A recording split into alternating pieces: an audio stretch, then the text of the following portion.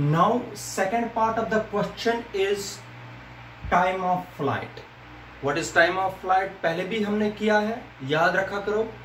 It is the time taken by the projectile or object from point of projection to point of hitting the ground. या it is the time during which object remains in flight.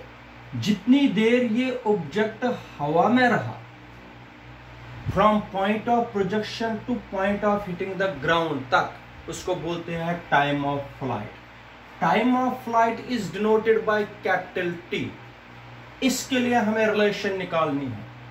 देख लीजिए, we know, हमें equation पता है, y is equal to Y naught plus U Y T plus half of A Y T square.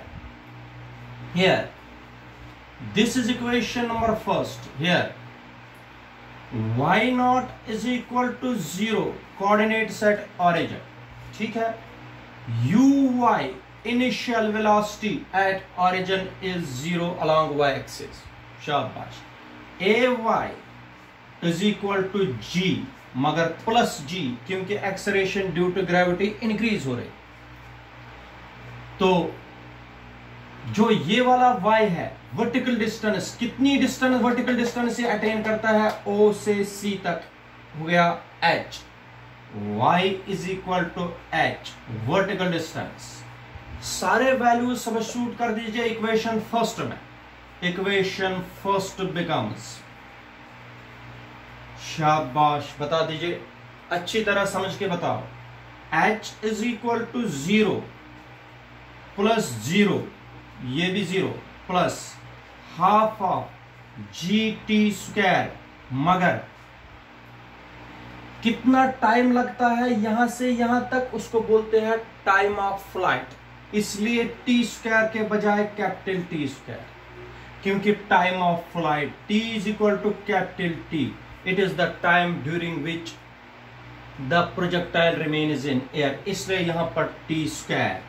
h is equal to half of gt square, gt square. t square is equal to 2h upon g. So this implies that t is equal to root of 2h upon g.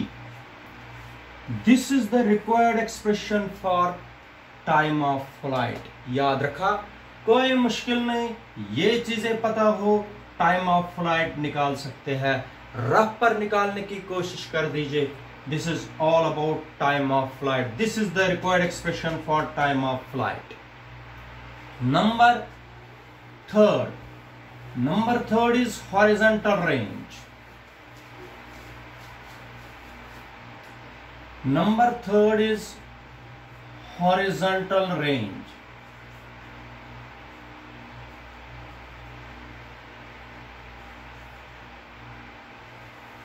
Horizontal range आप लोगों को पता है, horizontal range तो along X axis होगा. ये distance मगर x axis पर. It is the horizontal range. Horizontal range हो गया r. किससे डिनोट करते हैं? r से. इसके लिए हमें एक्सप्रेशन निकालना है अलोंग एक्स एक्सिस. ये वाला डिस्टेंस, ये वाली distance horizontal. We know x is equal to x naught plus uxt plus half of axt square. तो along x axis है horizontal range, इसलिए x इक्वेशन लिखनी है, x वाली इक्वेशन लिखनी है. This is equation number first. Horizontal range is denoted by capital R. Here x कितना है? कैपिटल R, ये वाला x. x नॉट कितना है? 0.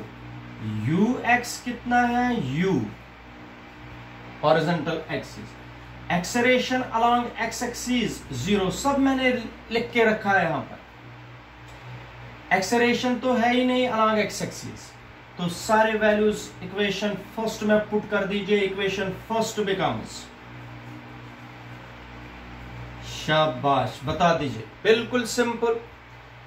x के बजाय हो गया r, x naught 0 plus U X के बजाय u into T plus half of A X 0 multiply T square. ठीक है, कोई मुश्किल तो नहीं। r is equal to U T, u into T, मगर ये जो t है, बट t तो टाइम ऑफ फ्लाइट है, t is equal to capital T, क्योंकि कैपिटल टी यहां से जितना हॉरिजॉन्टल डिस्टेंस निकालने में उस वक्त जो टाइम है, it is time of flight. Time of flight कितना है? शाबाश, टाइम ऑफ फ्लाइट है 2h upon g, root of 2h upon g. तो r कितना आएगा? u root of 2h upon g. This is required expression for horizontal range. याद रखें, ये हॉरिजॉन्टल रेंज आ गया प्रोजेक्टाइल के लिए, जो इस इक्वेशन से डिनोट करते हैं। अब है velocity of equation at an instant of time. Velocity of equation at an instant of time. ज्यादातर ये वाला क्वेश्चन नहीं आता है पेपर में, ज्यादातर ये जिसमें हमने एंगुलर प्रोजेक्शन दी वो वाला question. Third part, fourth part है velocity. Velocity of the projectile at an instant of time. मान लीजिए at an instant of time the projectile reaches at point P where the coordinates are x y। यहां पर तो x not y not थे, यहां पर coordinates है ये वाला हो गया y कंपोनेंट वाला वेलोसिटी का, ये हो गया x कंपोनेंट वेलोसिटी का। ये वाला कंपोनेंट जो है ये है v वेक्टर, माने इस वेलोसिटी से चलता, और ये इसके साथ एंगल बीटा बना रहा है, beta.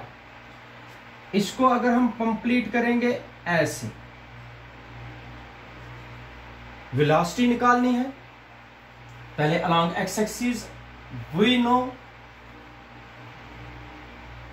Vx, velocity along X axis है u। ठीक है, अब टू फाइंड Vy फाइंड करेंगे। Vy इज इक्वल टू, देखो v is equal to u plus A T. अच्छा, Vy is equal to uy plus A Y T. ठीक है, तो Vy is equal to uy तो 0 है, प्लस ए वाई तो g है, इंटू टी। Vy कितना आया? gt। दो चीजें मैंने निकाल के रखी, Vx is equal to u, Vy is equal to gt। याद रखिए, Vx कितना? u, Vy कितना? gt। दोनों मैंने निकाल के रखी। अब velocity of the object at any instant of time is given by, देखो ये आप लोगों ने parallelogram law of vector addition में किया है। The magnitude of the velocity